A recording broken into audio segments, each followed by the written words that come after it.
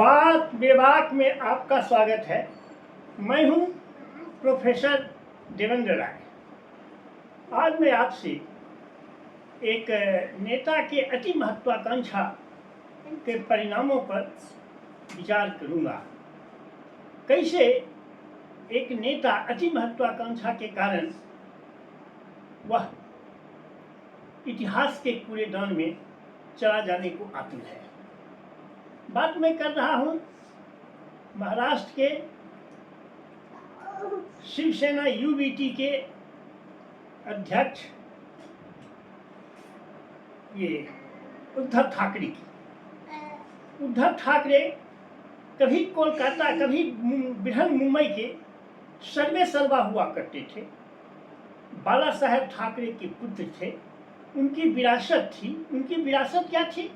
उनकी विरासत थी हिंदुत्व, जो भाजपा के साथ मेल खाता था, भाजपा के साथ सैद्धांतिक मेल खाता था। 40 वर्षों तक उसके साथ रहे और अंत में उन्हें कीड़ा काट लिया। उन्हें उनके शरीर में वायरस प्रवेश कर गया मुख्यमंत्री बनने का। शिवसेना से दुगुनी सीट भाजपा की आई। दोनों साथ साथ चुनाव लड़े 20 में और इनको तो मुख्यमंत्री बनने का वायरस घुस गया था। बस लड़ झगड़ कर उसके सामने शर्त रखे कि 2.5 साल की ये टर्म रहेगा, जिसको भाजपा ने मानने से इनकार कर दिया। कोई भी पार्टी जिसकी दुगुना से भी अधिक एमएलए हो वह इस तरह की शर्त मानने को तैयार नहीं होगा। वह भी तैयार नहीं हुआ। वह अपने सिद्धांतों के अनुकूल जो उनका हिंदू राष्ट्र का हिंदुत्व का जो सिद्धांत था उसके प्रतिकूल जाकर कांग्रेस और इंडिया गठबंधन के साथ समझौता किया और मुख्यमंत्री बन गए। फल क्या हुआ? जिस कार्यकर्ता को वह जिंदगी भर 40 साल से पढ़ाते आ रहे थे हिंदुत्व का पाठ, उसको आप पाठ पढ़ाने लगे इंडिया गठबंधन के सेक्युलरिज्म का। कहाँ से वह पाठ उसके पेट में कैसे पचता, उसके दिमाग में कैसे उतरता? अंत में एकनाथ शिंदे के नेतृत्व में उनके 41 मतलब 55 में 41 उसके साथ हो लिए और उनको सत्ता से बाहर कर दिया। वह तो हो लिया उसके साथ। और तुलना यह कि न केवल खुद मुख्यमंत्री बनेंगे बल्कि उन्होंने जो सीखा था कि कांग्रेस में जवाहरलाल के बाद इंदिरा गांधी के बाद राजीव गांधी, इसी तरह से उन्होंने सोचा बाल साहेब ठाकरे के बाद उद्धव ठाकरे के बाद आदित्य ठाकरे, मैंने अपने पुत्र को युवराज घोषित कर दिया। जैसे पहले राजा होते थे ना, राजा का पुत्र की जो भी योग्यता हो लेकिन वह युवराज होता था, इसी तरह उनको युवराज घोषित कर दिए। यह बात मुंबईकर को और खासकर महाराष्ट्र के लोगों को नहीं पचा और उसकी सरकार बन गई। अब इधर कहे ना, बात एक दिन में नहीं खत्म हुई।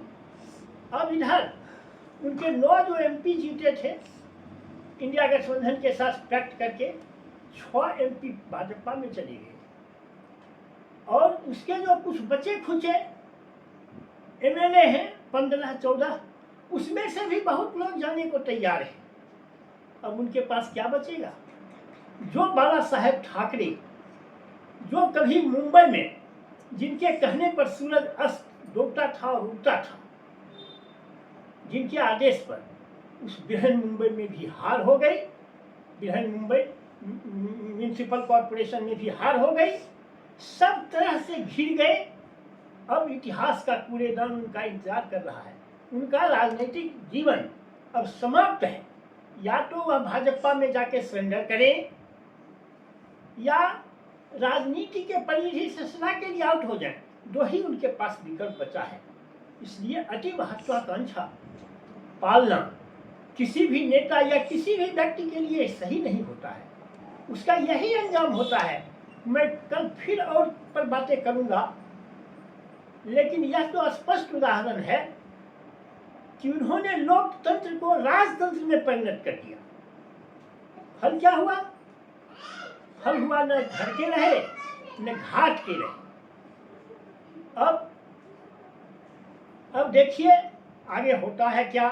उनके 6 एमएलए तो चूंकि 2/3 है इसलिए वह भाजपा में चले गए हैं, तो उसकी तो ये इलीगल घोषित होगा नहीं। तो अब उनको उनका राजनीतिक जीवन करीब करीब खत्म है। बस 29 तक, ये 29 तक नहीं कहिए, हाँ 29 तक या 30 तक वो उनका राजनीति में उनकी पकड़ है, राजनीति में उनकी चर्चा है। उसके बाद सदा के लिए उनकी चर्चा शांत हो जाएगी। इस तरह एक बहुत ही प्रतिभावान और बाला साहेब के ठाकरे के विरासत का अंत हो जाएगा। यूं शिवसेना जो ये शिंदे गुट है वह भी बाला साहेब ठाकरे के ही विरासत की बात करता है, लेकिन अब वह बाला साहेब के विरासत के साथ कितना चल पाएगा। बड़ा दल बीजेपी है, उसके साथ कितना तक वह कर पाएगा। जैसे बाला साहेब ठाकरे से लेके इसका क्या रहा, राज ठाकरे, उद्धव ठाकरे बस केवल हिंदी भाषियों के खिलाफ गुस्सा भड़काओ। किसी को अगर मराठी नहीं आती है उसको मारो पीटो, पेपर में सुर्खियां बनेगी, लोग तुम्हारी वाहवाही देंगे। लेकिन इस तरह के राजनीति का तो एक न एक दिन अंत होता ही है, वही अंत उनका हुआ। बस आज के वीडियो में इतना ही। अगर आपको मेरी बात पसंद आए तो लाइक और सब्सक्राइब करें। Thank you very much.